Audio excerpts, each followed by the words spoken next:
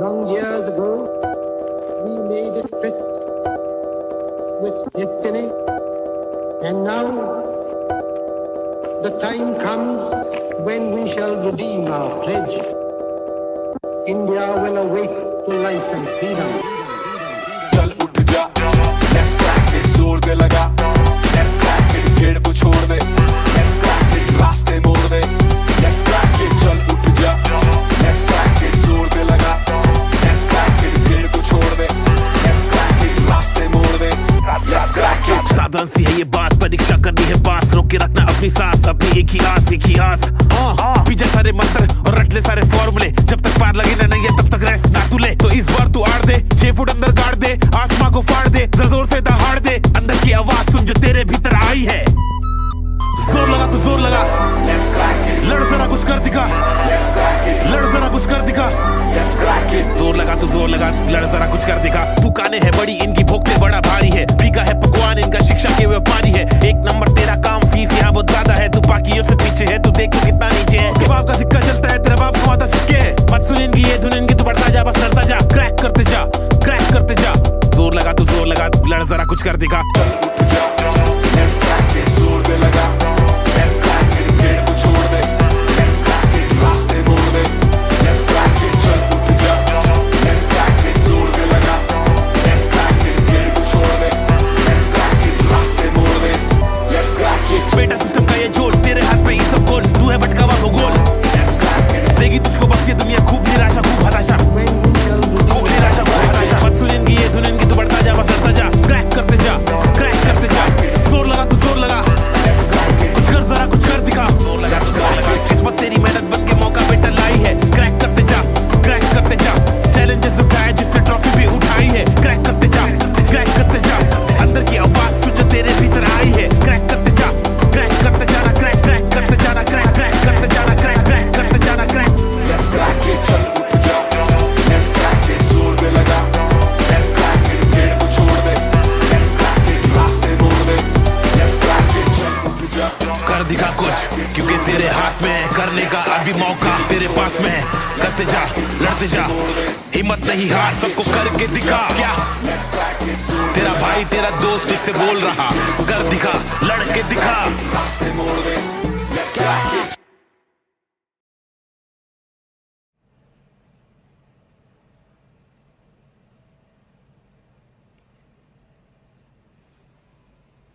Hi everyone, कैसे हैं आप सभी लोग। नमस्कार दोस्तों, मेरा नाम है विशाल परिहार।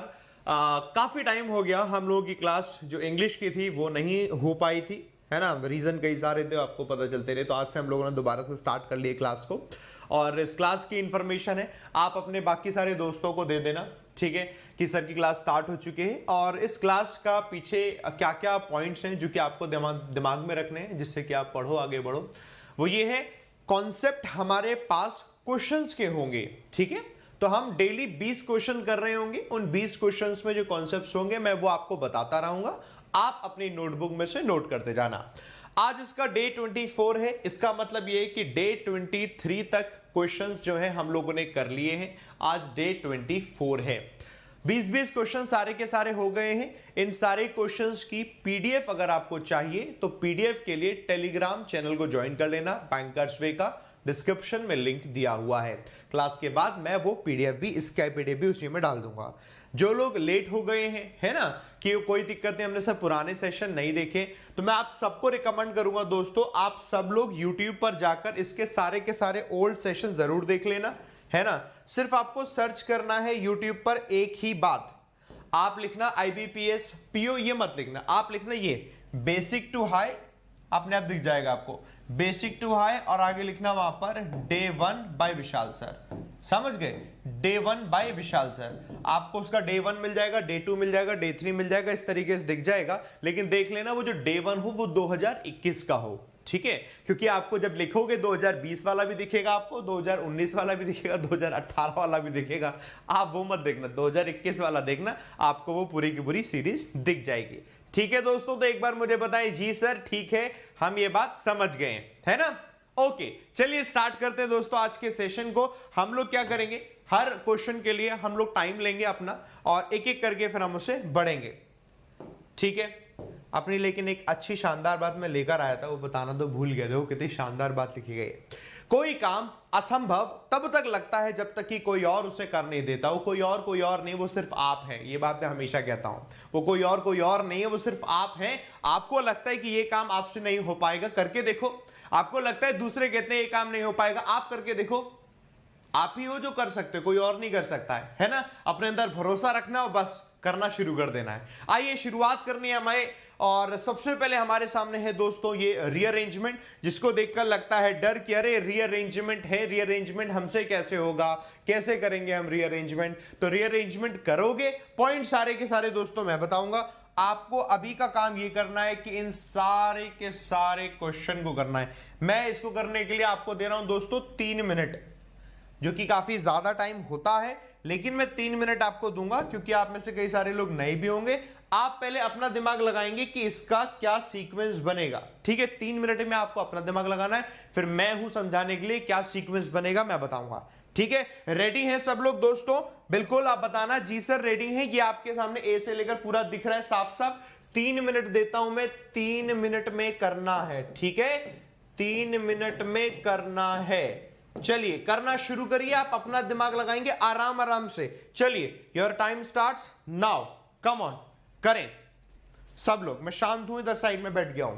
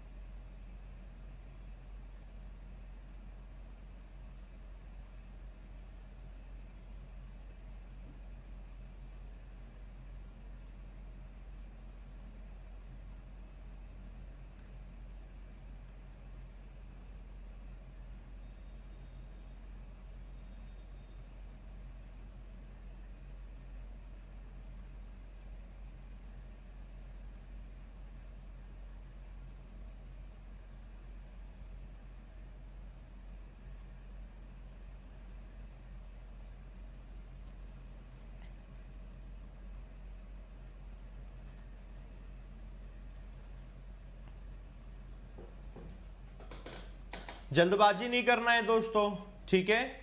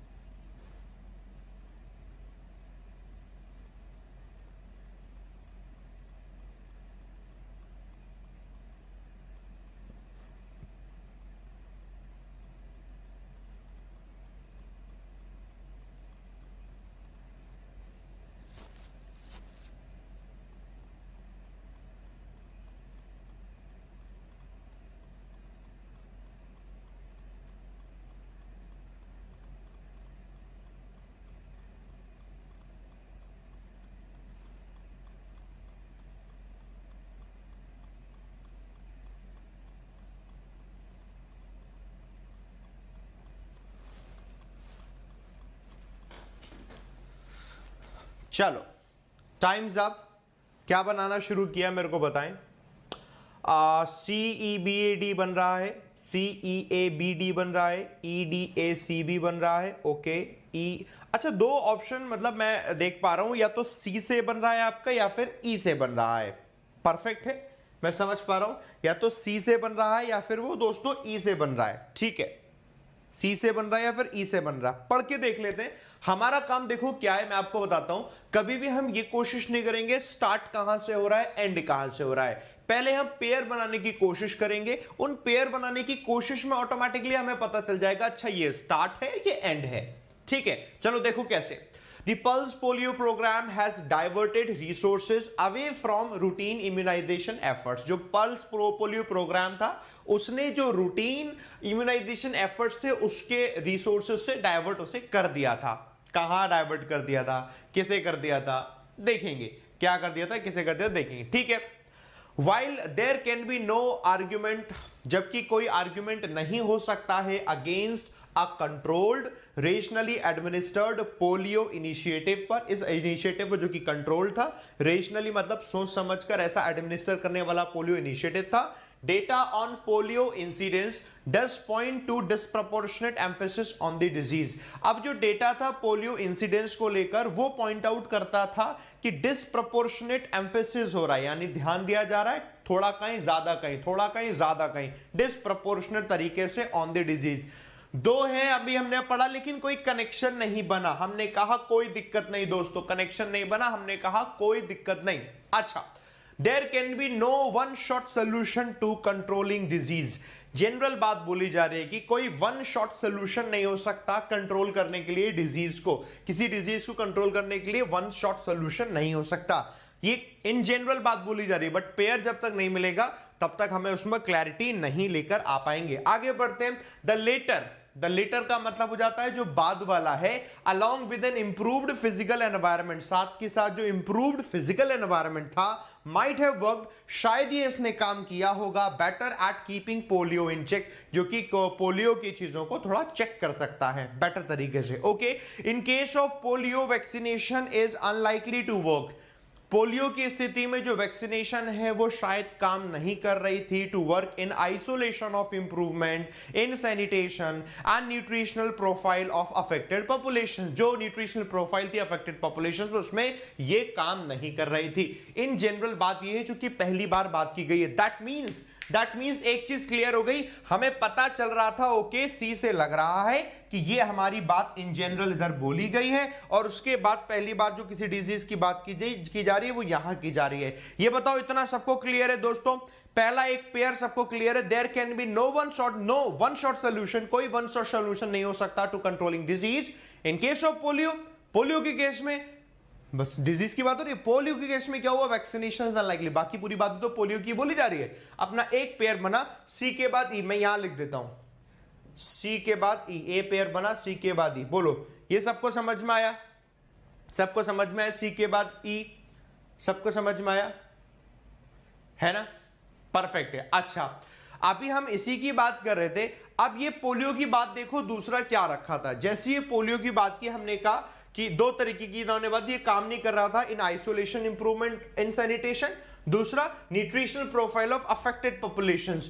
द पल्स पोलियो प्रोग्राम, इसी के लिए तो चलाया गया पल्स पोलियो प्रोग्राम, क्योंकि वैक्सीनेशन काम नहीं किया। पहले वैक्सीन लगाई गई, वैक्सीनेशन काम नहीं किया, फिर क्या किया, एक काम करो पल्स पोलियो प्रोग्राम, 2 बूंद जिंदगी के, 2 ही बूंद, यही तो ऐड आता था, 2 बूंद, 4 बूंद नहीं आता, 2 ही बूंद आता था, है ना, 2 बूंद जिंदगी के। तो फिर 2 बूंद जिंदगी के वाला ये वाला चलाया गया। Okay, the pulse polio programme चलाया गया।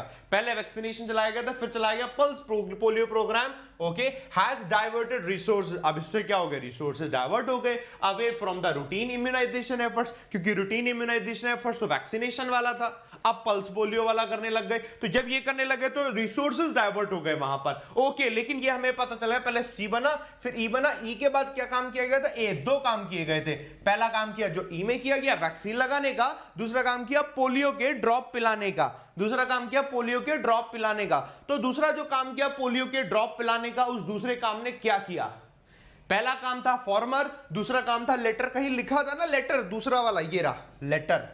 लेटर का मतलब होता है बाद वाला, पहले वाला था वैक्सीन, बाद वाला था पोलियो ड्रॉप था बाद वाला, तो उन्होंने कहा द लेटर, बाद वाला along with an improve physical environment. जो बाद वाला इनका एफर्ट था, बाद वाला जो प्रोग्राम था, उसके साथ साथ क्या हुआ था, फिजिकल एनवायरनमेंट भी इंप्रूव हो चुका था। Might have work better at keeping polio in check, उसने बेहतर तरीके से काम किया पोलियो को चेक करने में। भैया पोलियो बिल्कुल नहीं हो किसी को, उसने अच्छे से काम किया। किसने अच्छे से काम किया, उसने अच्छे से काम किया, बाद वाले ने CEAD आया, बाद वाले ने अच्छे से काम किया। ये हमारा डी आया, बचा कौन सा, बी आया। फिर बचा बाद में बी में क्या बोला जा रहा है, while there can be no argument, हालांकि जबकि कोई आर्ग्यूमेंट नहीं हो सकता है against a controlled rationally administered polio initiative में डेटा ऑन पोलियो इंसिडेंस कितने हुए इसके ऊपर जो डेटा है does point two disproportionate emphasis on the disease. फिर भी डिजीज पर जो एम्फेसिस हुआ वो डिसप्रपोर्शनेट तरीके से हुआ, डेटा हमें दिखाता है। एफर्ट्स तो हमें दिखाते हैं एफर्ट्स किए गए, लेकिन जो डेटा निकल कर आया है उसके इंपैक्ट का वो डेटा हमें ये दिखाता है। ये आपको एंड दे रहा है, जो डेटा आपको दिखाता है वो आपको एंड दे रहा है। बोलो जरा समझ आया कि नहीं समझ आया। मुझे पता है आप में से कई सारे लोगों का दोस्तों गलत हो गया होगा, मुझे जरा बताओ कितनों का गलत हुआ, लेकिन साथ के साथ मुझे यह भी बताओ कितने लोगों का दोस्तों करेक्ट भी हुआ। क्योंकि देखो सही गलत तो बना रहेगा, लगा रहेगा, मेन चीज है क्या आपने वहां से सीखा, क्या आपने वहां से सीखा। तो जरा मेरे को बताएं कितनों का सही हुआ, कितनों का गलत हुआ, और सीखा सबने कि नहीं सीखा ये मुझे बताओ। सिंपल सी चीजें बताया जा रहा है पहली बार कि किसी एक डिजीज को कंट्रोल करने का कोई वन शॉट सोल्यूशन नहीं हो सकता है। और पोलियो को कंट्रोल करने के लिए क्या किया गया था, पहला स्टेप था वैक्सीनेशन का, दूसरा स्टेप था 2 बूंद जिंदगी वाला, दूसरा वाला स्टेप ज्यादा फायदे में रहा क्योंकि ज्यादा अच्छा उसमें जो फिजिकल एनवायरनमेंट था वो मिल चुका था, रोबस्ट हो चुका था। उसके बाद फाइनल करे कोई आर्ग्यूमेंट नहीं कर सकते इस पर कि उन्होंने कोशिश नहीं करी, कोशिश करी, लेकिन डेटा हमें बताता है कि डिसप्रपोर्शनेट एम्फेसिस हुआ था। Okay, that is the paragraph, short paragraph से बना दिया इन्होंने, रीअरेंजमेंट। सबको समझ में आ गया? चलिए बहुत बढ़िया, शाबाश, ये हुई ना बात, वेरी गुड। गलत हो चाहे सही हो, मेन मकसद है हमारा सीखना, वो हमने यहां पर सीख लिया है। चलिए ये हम लोगों ने सीख लिया है, 5 क्वेश्चन इसको लेकर बनेंगे। पहला कौन सा, दूसरा कौन सा, तीसरा कौन सा, चौथा कौन सा, पांचवा कौन सा। पहुंचते हैं अब क्वेश्चन नंबर 6 से लेकर क्वेश्चन नंबर 10। पूछा गया है फिल इन दी ब्लैंक है दोस्तों, आपको आंसर करना है फिल इन दी ब्लैंक का। एंड ये रहा आपका, एक एक करके क्वेश्चन लेंगे, हर क्वेश्चन के लिए लेंगे हम 30 सेकेंड दोस्तों, ठीक है।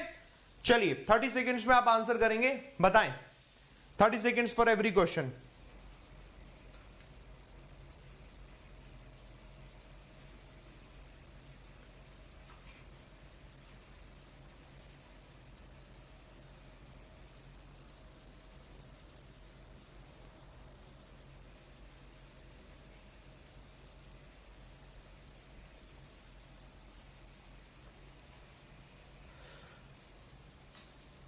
Okay, times up.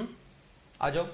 दी पेनिट्रेशन वेंट डैश, जो पेनिट्रेशन था वो डैश हुआ, was more devastating than anyone had imagine, और वो ज्यादा डिवास्टेटिंग था जितना कि किसी ने इमेजिन भी नहीं किया था, उससे भी ज्यादा वो डिवास्टेटिंग था। डिवास्टेटिंग का मतलब तहस नहस करने वाला, सब कुछ बर्बाद कर देने वाला था। ये क्या था? पेनिट्रेशन का मतलब क्या हो जाता है, कोई भी किसी भी तरीके का हस्तक्षेप हो गया फोर्सफुली, कोई कहीं चला गया, उस चीज का आगमन हो गया, वो पेनिट्रेशन हो गया, है ना। तो क्या हो गया, हमने देखा जो पेनिट्रेशन था वो कितना ज्यादा हुआ, कोई चीज कहीं घुस गई, पेनिट्रेशन वेंट डीपर, वो इतना ज्यादा डीप घुस गया। ऑप्शन सी आप लोगों ने बता दिया, ये तो अच्छी बात है, ये क्लियर समझ में आ रखा है। पेनिट्रेशन था वो डीपर हो गया एंड वाज मोर डिवास्टेटिंग, ज्यादा डिवास्टेटिंग था देन एनीवन हैड इमेजिन। अब होता क्या दोस्तों, फॉर एग्जाम्पल कहीं झगड़ा हो गया, है ना, झगड़ा हो गया, और झगड़े में क्या थी, एक मॉब थी, भड़की हुई भीड़ थी, और भड़की हुई भीड़ कहीं पर किसी गांव में चली गई, किसी गांव में घुस गई, तो वो आपका पेनिट्रेशन हो गया भीड़ का। अब इसी तरीके से होता है कि कोई एक बिजनेस मॉडल है, फॉर एग्जांपल बैंकिंग सिस्टम है, बैंकिंग सिस्टम अभी अनबैंक्ड एरिया में नहीं थी, फिर वहां बैंकिंग सिस्टम पहुंच गया, तो वहां क्या हो गया, उसका पेनिट्रेशन हो गया। सो दिस इज कॉल्ड पेनिट्रेशन, है ना, दिस इज कॉल्ड पेनिट्रेशन। बाकी मतलब देखो, कन्वर्ज दिया, कन्वर्ज का मतलब है टू मीट अ डिमांड, किसी की कोई रिक्वायरमेंट डिमांड है उसको पूरा करना, मीट करना। क्लाइमेटिक, क्लाइमेट से रिलेटेड है। मैनेजेरियल, मैनेजमेंट स्किल्स जिसके अंदर होती हैं। प्रिक्लूड यानी कि किसी भी काम को होने से रोकना, to prevent something to happen, कुछ होने से रोकना प्रिक्लूड कहलाता है। सबके मतलब मैंने बता दिया, ध्यान रखना। आवाज खराब आ रही है, wait wait wait wait wait wait wait, आवाज सुन लेता हूं। So this is called penetration, है ना, दिस इज कॉल्ड पेनिट्रेशन। बाकी सही तो आ रही है बाबू, आवाज गड़बड़ा रही है आवाज में? एक बार सब लोग लिखकर बता दो, मेरे पास तो सही आ रही है। अगला क्वेश्चन दिखा दे रहा हूं तब तक मैं, ठीक है। एक बार एक आध दो को गड़बड़ा रही तो देख लेना। चलो अगला क्वेश्चन देखो दोस्तों, ठीक है, अगला क्वेश्चन देखो।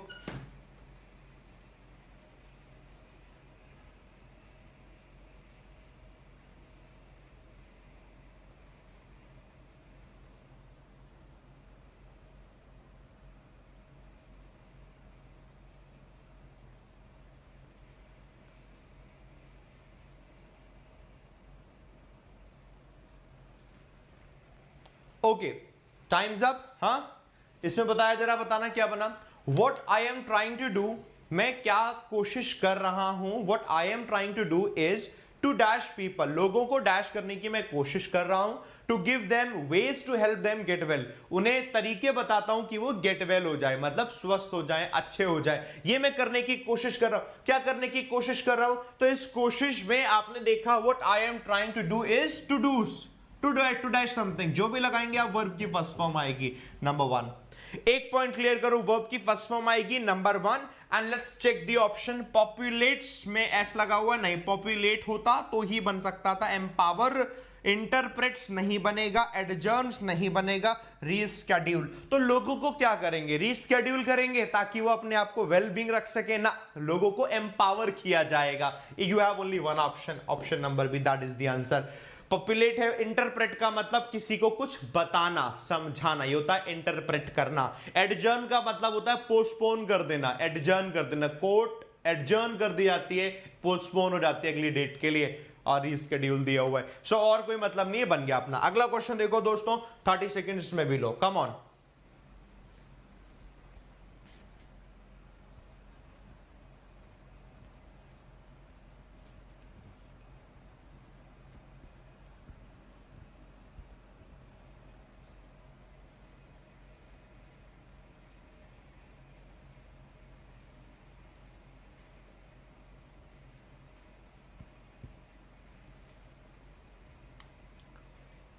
Okay, times up.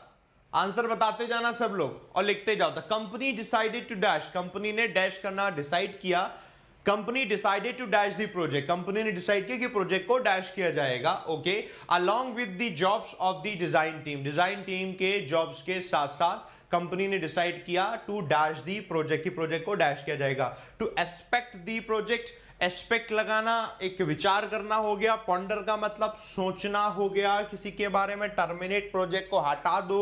अपीज करना होता है सेटिस्फाई कर देना, प्रोजेक्ट को इंक्रीज बढ़ा दो। प्रोजेक्ट को हटाने की बात हो रही है। The company decided to terminate the project along with the jobs of the design team, साथ में डिजाइन टीम की जॉब्स को भी वो टर्मिनेट कर रहे होंगे। Option number C is the right answer. Ponder नहीं होगा, पॉन्डर का मतलब होता है किसी भी चीज के बारे में विचार करना, सोचना कि कोई चीज कैसी होगी, वो कहलाता है दोस्तों पॉन्डर करना। तो इसका इस्तेमाल दोस्तों नहीं बनेगा, ठीक है, वो होता है पॉन्डर करना। अगले में आ जाओ दोस्तों, ये रहा। चलो 30 सेकेंड से बताएं।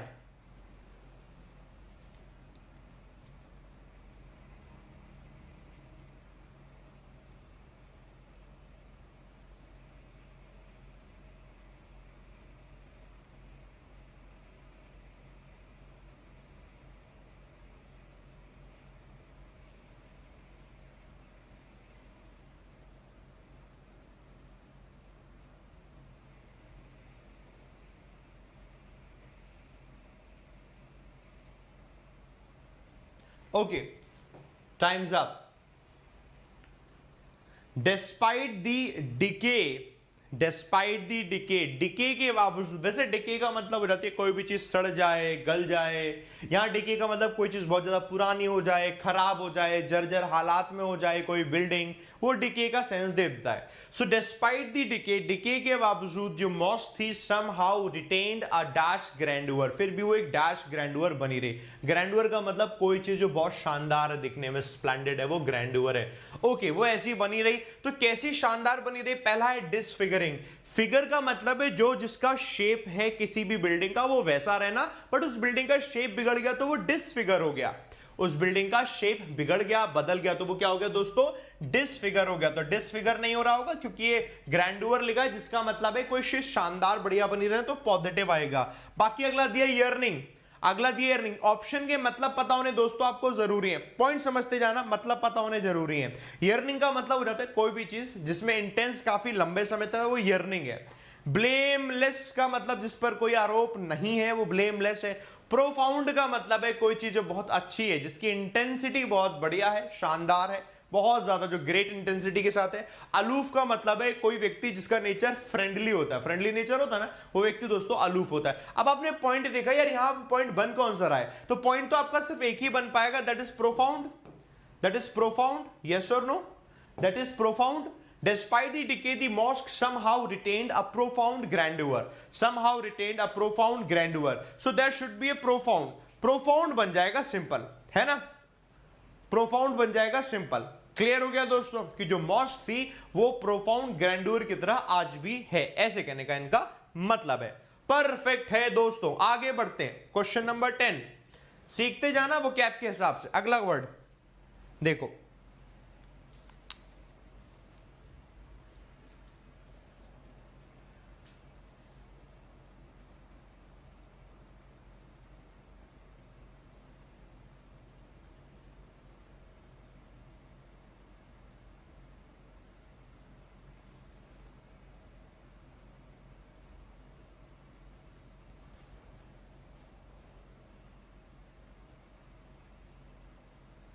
Okay, times up. देखो जरा क्या बन रहा है दोस्तों आपका यहां पर, following a determined dash. Determined का मतलब एक चीज जिस पर कर्तव्यनिष्ठ होकर एक ही चीज करनी है, वही फोकस, वही कुछ और नहीं, दैट इज डिटर्मिनेशन। तो determined dash, following the determined dash in the east, east में डिटरमाइंड डैश होते हुए there was eventually a popular uprising. Eventually एक पॉपुलर अपराइजिंग देखने को मिला इन द कैपिटल। तो क्या हुआ होगा फॉलोइंग अ डिटरमाइंड डैश, लगातार कुछ ऐसा हुआ होगा, डिटरमाइंड रिएक्शन। रिएक्शन डिटरमाइंड नहीं होता, रिएक्शन का मतलब तो हम तब लगाते हैं कहीं कोई एक्शन हुआ and it is the reply of that action, that is reaction. We can not use it कि डिटर्मिनेशन डिटरमाइंड रिएक्शन, कि हम तो ऐसे ही रिएक्ट करेंगे चाहे कुछ भी हो जाए, तो वो लॉजिकली सही नहीं हो कि एक अपराइजिंग हो गया। अपराइज का मतलब कुछ नया फिर आया हमारे सामने। तो रिएक्शन एक डिटरमाइंड नहीं हो सकता, रिएक्शन सिचुएशन के हिसाब से डेफिनेटली बदलता है, वो डिटरमाइंड नहीं हो सकता है। Okay, acceptance following a determined है, हमने मान के बैठे हम तो एक्सेप्ट करेंगे सब कुछ, तो इसका कोई लॉजिक नहीं है। अपराइजिंग नहीं होगा अगर कुछ एक्सेप्ट कर रहे होंगे। रेसिस्टेंस हो सकता है, लगातार डिटरमाइंड रेसिस्टेंस हुआ कि नहीं हम ऐसा नहीं करेंगे तो नहीं करेंगे, और एक टाइम आकर क्या है कुछ नया निकल कर आया। अगर लोग कहते हैं कि भैया हम तुम्हारी ये बात नहीं मानेंगे, वहां के सारे लोग हम तो इस तरीके से करेंगे, उनकी बात नहीं मानेंगे क्योंकि वो उन्हें दबा रहे हैं, उनको आगे बढ़ने नहीं दे रहे हैं, ह्यूमन राइट्स नहीं है, तो एक टाइम बाद क्या होगा, रेसिस्टेंस करते करते करते कुछ नया अपराइजिंग देखने को मिलेगा। So that is the option जो कि यहां सुटेबल लगता है। बाकी पढ़ो, मैग्निफिसेंस नहीं बना, समथिंग विच इज क्लियर और इंपॉर्टेंट नहीं लगेगा यहां पर। बाकी रिलायबिलिटी का, जिसका मतलब होता है किसी पर भरोसा, रिलायबिलिटी बताता है दोस्तों, भरोसे को बताता है, तो भरोसे वाले का दोस्तों ये भी नहीं लगेगा। पॉइंट समझ में आया दोस्तों? Why we have chosen resistance, option number C is the right answer. Logically हमें समझना है, लॉजिकली समझ में आएगा धीरे धीरे तो हम इसको सीख जाएंगे। ठीक है, ओके, चलिए 10 क्वेश्चन हो गए दोस्तों। क्वेश्चन नंबर 11 से लेकर आगे बढ़ते हैं क्वेश्चन नंबर 15 तक। बट मैं पूछना चाहूंगा आप में से कितने लोग हैं जो नए हैं, जिनको अभी यहां पर डे 1 आया है, क्योंकि जो लोग नए हैं ना, सारे के सारे न्यू कैंडिडेट्स, सो सारे के सारे नए कैंडिडेट्स के लिए मैं कहूंगा एक ही चीज कि इसकी जितनी भी ओल्ड सेशंस हैं वो देख लेना अपने अपने टाइम के अकॉर्डिंग। डेली आप टाइम निकालते जाओ, देखते जाओ, और रेगुलरली जो YouTube पर ये क्लास हो रही है ना दोस्तों, इस क्लास का टाइमिंग डेली अब 11 बजे हो चुका है। पहले मैं 9 बजे पढ़ाया करता था दोस्तों, अब डेली में से 11 बजे पढ़ाता हूं। तो आप सब लोग ये न्यू टाइम दोस्तों याद रखिएगा, और स्टूडेंट्स को पता नहीं होगा तो आपको ये शेयर करके बता भी देना है कि ये आपका न्यू टाइम है। ठीक है, टाइम से याद आया, हाँ एक चीज और, कल मैंने आपके लिए टाइम वाला एक वीडियो बनाया था, आप में से कितने लोगों ने देखा है और उसमें मुझे बताना। जिसने नहीं देखा सर्च मार के देख लेना, लिख लेना इस तरीके से, क्या बनाया था, बेस्ट स्टडी टाइम बनाया था, तो आप सर्च मार लेना, आपको दिख जाएगा बेस्ट स्टडी टाइम बाय विशाल सर। ठीक है, बाय विशाल सर आप सर्च मारना, you will find the video. और फिर मैंने स्टडी टाइम बताया हुआ, आप मॉर्निंग पढ़े कि इवनिंग पढ़े, एडिटोरियल पढ़े, इंग्लिश पढ़े, कैसे पढ़े, मैनेज करें। ठीक है, चलो 10 हो गए। इसके बाद आगे बढ़ते हैं, और सारे न्यू जितने भी बच्चे हैं, बैंकर्स वे का टेलीग्राम चैनल है, डिस्क्रिप्शन में लिंक दिया हुआ है, ज्वाइन कर लेना। आप सभी लोग PDF में इस क्लास के बाद उसी में डाल दूंगा, आप लोगों से करना। अब है अगला क्वेश्चन दोस्तों, 11 से लेकर, ये देखो 11 से लेकर 15 तक। क्वेश्चन दिखने में लग रहा है बड़ा, ये है क्लोज टेस्ट। ये क्वेश्चन करना कैसे है मैं आपको बता देता हूं, क्वेश्चन करने का तरीका। इस क्वेश्चन को करने के लिए क्लोज टेस्ट का थोड़ा एक पैटर्न समझते हैं, है ना। बड़े ध्यान से सुनना दोस्तों, और बड़े शानदार तरीके से आप इसे कर ले जाओगे, क्योंकि बहुत सिंपल नहीं है ये, मैंने इसे कराया, बड़ी मेहनत से मैं बनाता हूं, और बड़े ध्यान से सुनो। होता क्या है क्लोज टेस्ट का पैटर्न कि आपने एक पूरा का पूरे क्लोज टेस्ट में अभी तक ऐसे क्लोज टेस्ट किए हैं जिसमें एक ब्लैंक होता है। क्लोज टेस्ट किए हैं जिसमें एक ब्लैंक होता है ऐसे करके, और उस ब्लैंक में पूछा जाता है मोस्ट अप्रोप्रिएट वर्ड बताओ। फॉर एग्जांपल ब्लैंक नंबर 1, फिर blank number 2, blank number 3। Blank number 1 के लिए 5 वर्ड दिए, आपको बताना है कौन सा इसमें अप्रोप्रिएट आएगा। ये एक जनरल पैटर्न है। ये आपका पैटर्न जो अभी मैं करा रहा हूं दोस्तों, ये ऐसा है जहां पर देखो 11 नंबर को क्वेश्चन दिया है और 11 नंबर के क्वेश्चन के बाद ये देखो बोल्ड करके लिखा हुआ है कॉलिंग एक्टिविटीज इनोवेटिव और साथ में रेटिफाइड। ये आपके सामने 1 2 3 4 4 वर्ड दिए हुए हैं। आपको देखकर ये बताना है क्वेश्चन नंबर 11 के जो ये 4 वर्ड हैं इसमें से कौन सा वर्ड इनअप्रोप्रिएट है, यानी कि नॉट सूटेबल है। इनअप्रोप्रिएट है, नॉट सूटेबल है, जो कि गलत है। आपको वो गलत वाला वर्ड बताना है। क्या ये पॉइंट समझ में आया? कल हम लोगों ने 12 बजे जो क्लास की थी, उस 12 बजे वाली क्लास में ये हम लोगों ने इस तरीके का एक क्वेश्चन किया था जो कि थोड़ा सा मेंस लेवल का था, लेकिन ये थोड़ा प्रीलिम्स लेवल का है। जरा मुझे बताओ कल कितने लोग थे जिन्होंने ये क्लास देखी थी, जिन्होंने समझा था? तो सेम वही चीज है और इसको आपको दिमाग में लगाकर करने की कोशिश करनी है। ठीक है दोस्तों, एक बार मुझे बता दो सर जी समझ में आ गया? इसमें आपको यह पहचानना है कि क्या गलत है, और आप कैसे पहचानोगे क्या गलत है, मैं तरीका बताता हूं। सबसे पहले आप वहां से लेकर यहां तक पूरा मैंने एक साथ दिखा दिया है, आप इसे पढ़ोगे। आप जब पढ़ लोगे तो आपको एक आइडिया लग गया, ओके ये बात कह रहा है। उसके बाद आप चूज करो कि कौन कौन सा गलत है। तो मैं आपको टाइम दे रहा हूं उसे पूरा पढ़ने के लिए। आप एग्जाम में 1 मिनट का टाइम लेना। अभी आप नए हो, पहली बार हो, तो आप दोस्तों इसके लिए 2 मिनट का टाइम लो। ठीक है, 2 मिनट में आप पढ़ो ऊपर से लेकर नीचे तक। ठीक है, उसके बाद हर क्वेश्चन के लिए मैं 30 सेकेंड्स दूंगा, फिर मैं समझा दूंगा। तो 2 मिनट दे रहा हूं दोस्तों आपको, आप 2 मिनट लेंगे और इसको पूरे को करेंगे। ठीक है, यहां टाइमर निकाल लेते हैं, यहां लिख देता हूं मैं 2 मिनट में करना है। ठीक है, 2 मिनट में करना है, पर टाइम स्टार्ट हो गया, ये रहा। करें जरा 2 मिनट सिर्फ रीडिंग करें, फिर हम इसे आगे बढ़ेंगे।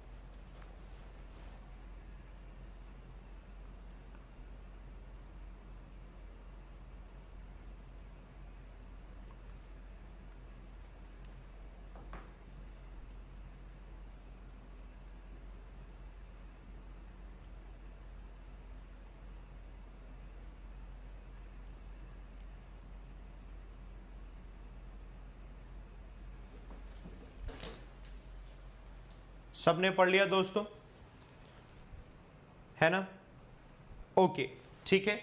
अब एक काम करते हैं, हम हर एक क्वेश्चन के लिए टाइम लेते हैं। ठीक है, और 30 सेकेंड्स में आप दोस्तों हर क्वेश्चन के लिए आंसर करेंगे। ठीक है, चलो क्वेश्चन नंबर 11, ये रहा क्वेश्चन नंबर 11, ये रहे इसके 5 ऑप्शन, 30 सेकेंड्स, 11 का आंसर दें, सब लोग आंसर देंगे। ठीक है,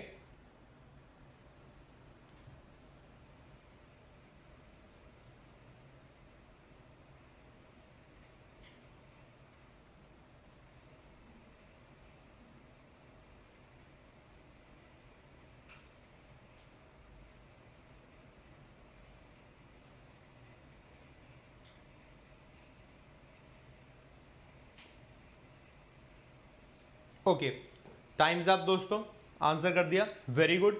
क्वेश्चन नंबर 12, ये लो जरा,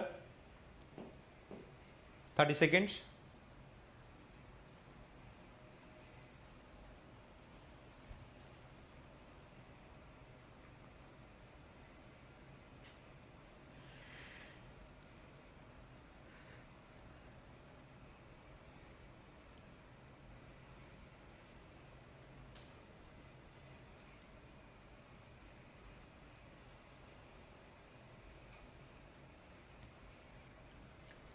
ओके, टाइम्स अप दोस्तों, वेरी गुड। अगला क्वेश्चन 13, सब लोग आंसर करते जाना। 13 देखो,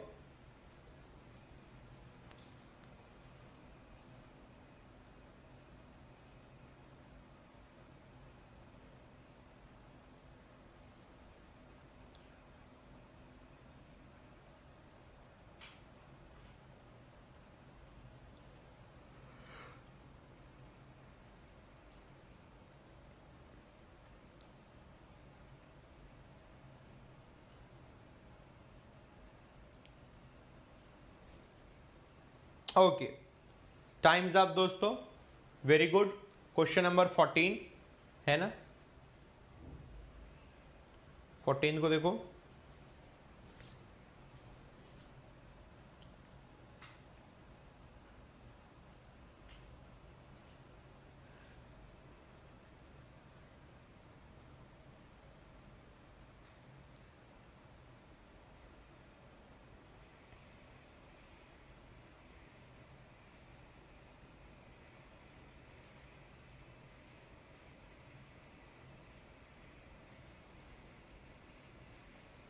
okay, times up.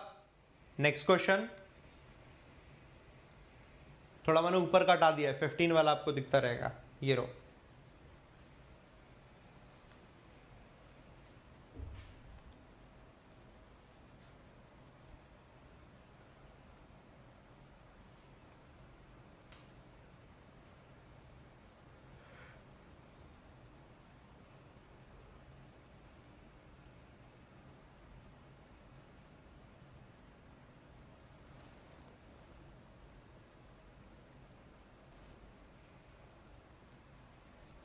Okay, times up. कर लिया दोस्तों, आप लोगों ने अपने हिसाब से बना लिया। आप जरा ऑप्शन देखते हैं कितने आपके सही जा रहे हैं, आपके अकॉर्डिंग कितने नहीं हुए। कोई दिक्कत नहीं होगी, गलत होंगे तो हम सीख जाएंगे, ठीक है। जरा पढ़ना शुरू करते हैं, क्या बोला जा रहा है। तो एक बार जरा हम ऐसे पढ़ेंगे जैसे आपने पढ़ा था। If you are like most people, अगर आप बाकी लोगों की तरह हैं, calling an insurance company is not among your favourite activities. जहां पर आप जब कभी भी किसी भी इंश्योरेंस कंपनी को पुकार रहे हैं तो वो आपकी कोई ऐसी फेवरेट एक्टिविटीज नहीं कि इंश्योरेंस कंपनी में आपको एकदम से मजा आ जाता है जब उसके बारे में बात करते हैं। That is because the insurance industry is one of the least innovative areas, क्योंकि जो इंश्योरेंस कंपनीज हैं आज के टाइम पर one of the least innovative areas में से एक है फॉर कस्टमर एक्सपीरियंस के लिए। मीनिंग मतलब ये है इसका दैट जो कस्टमर्स हैं typically come away from their interactions, क्योंकि जब कभी वो उनके इंटरैक्शन से आते हैं तो वो कैसा फील करते हैं, डिसअपॉइंटेड फील करते हैं, डिसअपॉइंटेड या फिर रेटिफाइड फील करते हैं। Okay, However, things are definitely changing. हालांकि चीजें तो डेफिनेटली बदल रही हैं and artificial intelligence is playing a large role, और इसमें आर्टिफिशियल इंटेलिजेंस बड़ा रोल प्ले कर रहा है। The fast growing technology has the potential to erupt the entire industry. इसके अंदर पोटेंशियल है पूरी इंडस्ट्री को इरप्ट करने की and greatly improve the insurance customer experience, और इंश्योरेंस कस्टमर एक्सपीरियंस को इंप्रूव करने की भी कैपेबिलिटी है। Okay, the insurance agency is conscious. जो इंश्योरेंस एजेंसी है वो कॉन्साइशियस है फॉर इट्स आउटडेटेड प्रोसेसेस के लिए। जो आउटडेटेड प्रोसेस है उसके लिए उन्हें पता है। फाइलिंग अ क्लेम, जैसे कि किसी क्लेम को ही फाइल करना है, often looks the same today. आज भी अक्सर वो वैसा ही तरीका है as it did decades ago, जैसा कि दशकों पहले था। Because the industry is not consistently leveraging new technologies, क्योंकि जो इंडस्ट्री है वो लगातार नई टेक्नोलॉजीज को लीवरेज नहीं कर रही है that are available to them, जो उनके लिए अवेलेबल है। If an employ is busy, अगर कोई एम्प्लॉय बिजी है ऑन वेकेशन या फिर छुट्टी पर है, a claim claims request should sit still until, वो अभी भी वही ऐसी ही रह जाती है until the right person is back, जब तक कि राइट पर्सन नहीं आता। वही काउंटर नंबर 10 पे जाओ, काउंटर नंबर 10 पे आदमी अगर आज छुट्टी पर है तो जब तक काउंटर नंबर 10 का आदमी नहीं आएगा तब तक आपका काम नहीं होगा। तो वो चीजें आज भी वैसी हैं। द आउटडेटेड प्रोसेसेस है, outdated processes make it harder for agents, जिसकी वजह से एजेंट्स को बड़ी दिक्कतें होती हैं by increasing the workload and forcing them to work. तो उनका वर्कलोड बढ़ जाता है, फिर उनके ऊपर फोर्स आता है, विद अनसब्सटेंशिएटेड सिस्टम्स के साथ फ्रस्ट्रेटेड कस्टमर्स मिलते हैं। हाउएवर एआई अगर आ जाएगा, artificial intelligence can be applied, इसको अप्लाई किया जा सकता है to improve the claim process, claims process को इंप्रूव करने में। Claims currently are touched by multiple employees, अब जो क्लेम्स हैं अब कई सारे एम्प्लॉइज की तरह होता है। However a new process of touchless claims, अब जो नया प्रोसेस है जिसमें टचलेस जो क्लेम्स हैं does not require any human indemnification, वहां पर किसी भी ह्यूमन इंडेमनिफिकेशन की जरूरत नहीं है। This process uses artificial intelligence, ये प्रोसेस आर्टिफिशियल इंटेलिजेंस यूज करता है, इस्तेमाल करता है, and other technology to report the claim, किसी भी क्लेम को रिपोर्ट करने के लिए, कैप्चर डैमेज, डैमेज को कैप्चर करने के लिए, audit the system and communicate with the customer, customer से कम्युनिकेट करने के लिए। पूरी की पूरी बात इंश्योरेंस इंडस्ट्री की दी जा रही है कि इंश्योरेंस इंडस्ट्री क्या है कि बहुत ज्यादा बोरिंग इंडस्ट्री है, ऐसा करके इनका कहने का मतलब है। पॉइंट सबको समझ में आ गया तो मुझे बोले यस सर समझ में आ गया, यस सर डन क्लियर, तो मुझे बोले जी सर डन क्लियर हो गया। एक बार सब लोग मुझे बोल के दिखा दें कि जी सर क्लियर हो गया। अब एक एक करके हम लोग जरा क्वेश्चन पढ़ते हैं, क्वेश्चन के बाद आंसर करेंगे।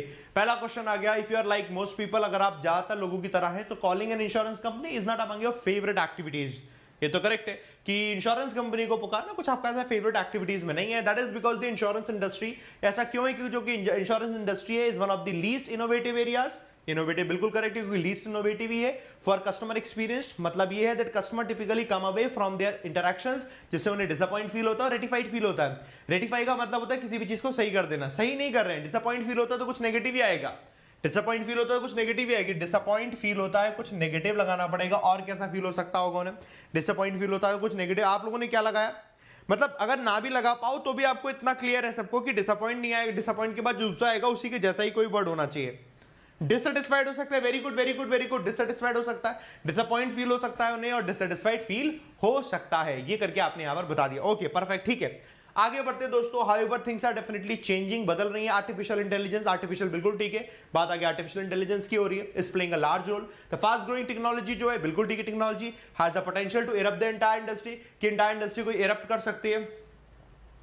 ये गड़बड़ हो गया, इरप्ट कर सकते हैं। इरप्ट का मतलब क्या है कि कोई भी चीज फोर्सफुली कहीं पर घुस जाए, फोर्सफुली नहीं घुस रही यहां पर, ये जो है इंडस्ट्री को बदल सकती है, इंडस्ट्री को थोड़ा सा तहलका ला सकती है, यही इंडस्ट्री आएगी। तो तहलका लाने वाला कोई वर्ड अगर इरप्ट की जगह अगर डिसरप्ट होता तो ही बन जाता कि पुरानी चीज को डिसरप्ट कर सकते हैं। डिसरप्ट का मतलब है किसी भी तरीके की आया और उसने कुछ नया कर दिया, पुरानी चीज जिससे हट गई, पुरानी चीजें बिल्कुल खत्म हो गई, नई चीजों से कोई चीज हो रही, तो पुरानी चीजों को खत्म कर देना, नया कुछ ले आना, तो वो होता है डिसरप्ट कर देना। तो आपका डिसरप्ट या उससे रिलेटेड कोई दूसरा वर्ड आ सकता है, इरप्ट नहीं बन पाएगा। पॉइंट समझ में आया, गड़बड़ कहां बनी हमारी, तो डिसरप्ट द एंटायर इंडस्ट्री हो सकता था, इरप्ट नहीं होगा। ये ग्रेटली इंप्रूव कर सकती है इंश्योरेंस कस्टमर एक्सपीरियंस को, एक्सपीरियंस बिल्कुल ठीक है।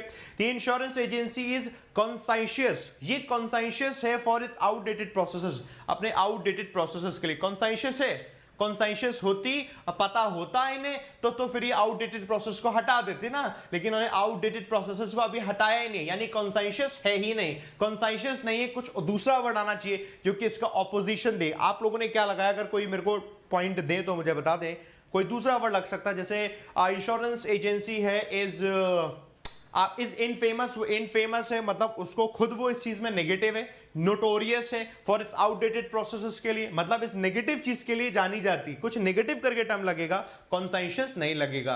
पॉइंट समझ में आया आपका, ये गड़बड़ा यहां पर। For its outdated processes filing a claim, जैसे उन्होंने किसी भी क्लेम को फाइल करने में looks the same today as it decades ago, जैसा कि दशकों पहले था, ये भी करेक्ट है। Because the industry is not consistently leveraging, leverage का मतलब है किसी भी चीज का इस्तेमाल करना, कोई सोर्सेज हैं, कोई चीजें हैं, उनका इस्तेमाल करना, मैक्सिमम यूटिलाइजेशन करना।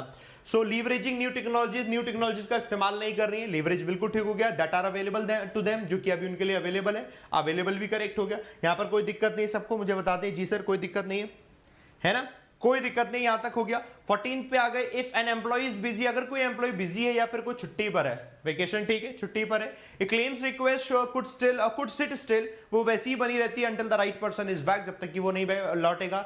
द आउटडेटेड प्रोसेस, बिल्कुल ठीक है, प्रोसेस तो आउटडेटेड है। Outdated process make it harder for agents by increasing the workload, क्योंकि वर्कलोड बढ़ जाता है उससे, ये भी ठीक हो गया। And forcing them to work with unsubstantiated systems and frustrated customers हो गए। और सिस्टम कैसा है, अनसब्सटेंशिएटेड नहीं होगा, सिस्टम आउटडेटेड हो गया, एंटीक्ड हो गया, ओल्ड हो गया, कुछ ऐसा टर्म आना चाहिए, कुछ ऐसा टर्म आना चाहिए, है ना। अनसब्सटेंशिएटेड का मतलब होता है कोई भी चीज जिसमें आपने कोई एविडेंस देखा और एविडेंस के हिसाब से चीजें अगर सपोर्ट नहीं कर रही तो वो अनसब्सटेंशिएटेड होता है, which has no relation at all, जिसका यहां कोई रिलेशन नहीं। अब अनसब्सटेंशिएटेड या सब्सटेंशिएटेड का यहां पर तो ये लगा रहे हैं वो सिस्टम्स है, वो सिस्टम ओल्ड सिस्टम्स है, एंटीक सिस्टम्स है, पुराने सिस्टम्स है, ओल्ड फैशन्ड है, तो आपको वो लगाना पड़ेगा, यानी कि गड़बड़ जो आ गई यहां पर अनसब्सटेंशिएटेड हो गई, इसकी जगह लगा देते ओल्ड सिस्टम्स, तो एब्सोल्युटली करेक्ट बन जाता। आउटडेटेड सिस्टम्स एब्सोल्युटली करेक्ट बन जाता। पॉइंट समझ में आ रखा है दोस्तों, गड़बड़ हुई तो गड़बड़ क्या हो गई, है ना। आ जाओ आगे बढ़ चलते हैं। इसके बाद आए 15 में आ गई, ये रहा 15 ना, देखो इफ एंड 15 अभी आया, ये रहा 15। However AI can be applied, AI apply हो सकती है to improve the claims process, apply बिल्कुल करेक्ट है, ठीक है। क्लेम्स करंटली आर टच्ड, अभी तो टच्ड होते हैं बाय मल्टीपल एम्प्लॉइज, ये भी ठीक है क्योंकि बाद में टचलेस भी हो रखा है। However, a new process है वो टचलेस क्लेम्स है, ये भी ठीक है। Does not require any human indemnification, इसमें कोई भी ह्यूमन इंडेमनिफिकेशन की जरूरत नहीं होती है। इंडेमनिफिकेशन का मतलब पता क्या होता है कि कोई भी किसी को नुकसान हो गया उसका आपने कॉम्पनसेशन दे दिया, उसके लॉस का हर्जाना दे दिया, वो होता है इंडेमनिफिकेशन। इंडेमनिफिकेशन का कोई इस्तेमाल हुआ, ह्यूमन इंडेमनिफिकेशन क्या आएगा, ह्यूमन का यहां पर हस्तक्षेप होगा, कोई ह्यूमन इंटरवेंशन होता तो हो जाता। टचलेस और टच की तो बात हो रही, तो उन्होंने कहा ह्यूमन इंटरवेंशन की जरूरत नहीं है, तभी तो बन सकता है। ह्यूमन इंडेमनिफिकेशन का कोई यूज नहीं है। इंडेमनिफिकेशन का मतलब है कोई भी हर्जाना देना, कोई झगड़ा हो गया, नुकसान हो गया, आप हर्जाना दे रहे हो। तो ह्यूमन ये इंडेमनिफिकेशन हटके क्या होना चाहिए, ह्यूमन इंटरवेंशन होता तो बन जाता है। ह्यूमन इंटरवेंशन की रिक्वायरमेंट नहीं होती है। The process uses artificial intelligence other technology, technology बन गया, ये तो बाकी बन ही गया, गड़बड़ होगी, समझ में आ गया। बताओ ये 15 क्वेश्चन थे और ये वाला क्लोसेस आपको कैसा लगा। क्लोसेस अलग था, आपने किया अलग, कुछ अलग समझ में आया, मुझे बताना। इस तरीके का एक क्लोज टेस्ट मैंने कराया था कल 12 बजे वाली क्लास में, और इस तरीके के हम लोग काफ़ी सारे क्लोजेस करते हैं, तो वो प्रैक्टिस दोस्तों आप भी करते जाओ। अब क्लास को करना पड़ेगा मुझे खत्म, बचे हुए 6 मिनट, 12 बजे वाली क्लास स्टार्ट होने वाली है। बाकी क्वेश्चन दोस्तों मैं दे रहा हूं आपको होमवर्क में, क्वेश्चन नंबर 16 से लेकर क्वेश्चन नंबर 20, सबके आंसर देखो यहाँ लिखे हुए, ये रहे इस पीडीएफ में सबके आंसर दिए हुए हैं। इसका लिंक डिस्क्रिप्शन में दिया हुआ है बैंकर्स वे के टेलीग्राम चैनल का, जाके कर लेना दोस्तों ज्वाइन, ठीक है, और वहां से कर लेना पीडीएफ को डाउनलोड। मैं अब क्लास लेना स्टार्ट कर रहा हूं और मैं आपकी पीडीएफ 1 बजे डाल दूंगा, ठीक है। मैं क्लास स्टार्ट करूं फिर मैं 1 बजे तक आपकी पीडीएफ डाल दूंगा, ठीक है। ये काम करेंगे। आज का सेशन अच्छा लगा आप लोगों को तो मुझे आप लोगों के एक थम्स अप चाहिए। जितने बच्चे देख रहे हैं एक बार सब लोग थम्स अप देकर दिखाओ, सच में अच्छा लगा हो तो, मेरे एफर्ट्स अच्छे लगे हो तो। नॉर्मल क्वेश्चन नहीं है, नॉर्मल क्वेश्चन तो हम करते हैं, हम हर तरीके के क्वेश्चन करते हैं, ठीक है। चाहे पीओ के लिए तैयारी कर रहे हो, चाहे क्लर्क के लिए तैयारी कर रहे हो, दोनों तरीके से इसे इंप्रूव करने के लिए कोशिश करते हैं हम लोग। और आप में सभी लोग जो अभी प्लस पर पढ़ना चाहते हैं तो जरा सुनो, प्लस पे पढ़ने के लिए आपके पास 3 चीजें हैं। नंबर 1, अगर आप बेसिक से पढ़ना चाहते हैं दोस्तों, बेसिक से हाय, ठीक है, तो मेरा बैच जो चलता है आपका 3:15 वाला, आप उसको देखना, ठीक है। और अगर आप 1 लेवल अप पढ़ना चाहते हैं, 1 लेवल अप मतलब आपको बेसिक आता है, आप वो क्वेश्चन करना चाहते हैं जैसे एग्जाम में स्कोर ज्यादा से बढ़े, तो आप 12 बजे वाले बैच को ज्वाइन करना जो अभी इसके बाद स्टार्ट होगा। और अगर आप मेंस वाला पढ़ना चाह रहे हैं तो दोपहर 2 बजे चल रहा है दोस्तों बैच, आप उसको पढ़िए। ये 3 बैच है, एनरोल कर लेना आप अपने अपने अकॉर्डिंग। कैसे एनरोल करोगे, इसके लिए अनअकैडमी सब्सक्रिप्शन लेना होगा, और इसका मतलब ये नहीं सिर्फ मेरी क्लास लोगे, सबकी क्लास आपको मिलती है। उसके लिए आप क्या करो, अनअकैडमी लर्निंग ऐप डाउनलोड करके इंस्टॉल करो, मेरा नाम ढूंढो विशाल परिहार, मैं मिल जाऊंगा, मुझे फॉलो कर लीजिए, मेरी प्रोफाइल पे आना, ठीक है। प्लस पे आओगे मेरे प्लस की कोर्स मिलेंगे, स्पेशल पे आओगे मेरे स्पेशली क्लासेस मिलेंगी, आप उन्हें फॉलो करो, उसे पढ़ो। गेट सब्सक्रिप्शन की स्लाइड पे आओगे तो ऐसे आपको ये स्लाइड दिखेगी। आपको सिंपली क्या काम करना है, इन सारी की सारी मंथ की फी को कम करने के लिए कोड लगाना है, टीम एबीपी का रेफरल कोड ABP10। आप कोड लगाओगे 10% ऑफ हर जगह आपको मिल जाएगा। आपने क्या करना है, 12 मंथ्स की जो स्लाइड है आपको वो सेलेक्ट करना है और आपको सब्सक्रिप्शन वहां से ले लेना है। सब्सक्रिप्शन डन हो गया, Arun sir, Abhijit sir, Puneet sir, Vishal sir, इसके अलावा बाकी सारे बैंक के एजुकेटर सबकी क्लास मिल जाएगी। सभी क्लास को सर्च करने के लिए बस नाम सर्च करो, आपको वो क्लासेस मिलती जाएंगी, आप पढ़ते जाओ। समझ गए मेरी बात? ये काम आप करते जाना अपने अपने अकॉर्डिंग, जैसे जिसकी जहां पर जरूरत है। बाकी हम करते हैं दोस्तों खत्म, मिलेंगे अब आपसे हम दोस्तों आज शाम को। अगर मुझे जरूरत लगी तो मैं आपको एक वीडियो डेफिनेटली करूंगा। जो आप लोग पूछते हो एग्जाम एनालिसिस कैसे करना है, इसको लेकर तो मैं वीडियो जरूर करूंगा, तो उस वीडियो को भी देख लेना। बाकी हम क्लासेस में मिलते हैं, प्लस की क्लास में। प्लस वाले सभी बच्चे साथ में आ जाओ, पढ़ना शुरू करते हैं। तब तक के लिए bye bye, take care, love you all, जय हिंद, जय Bharat. Thank you very much, thank you.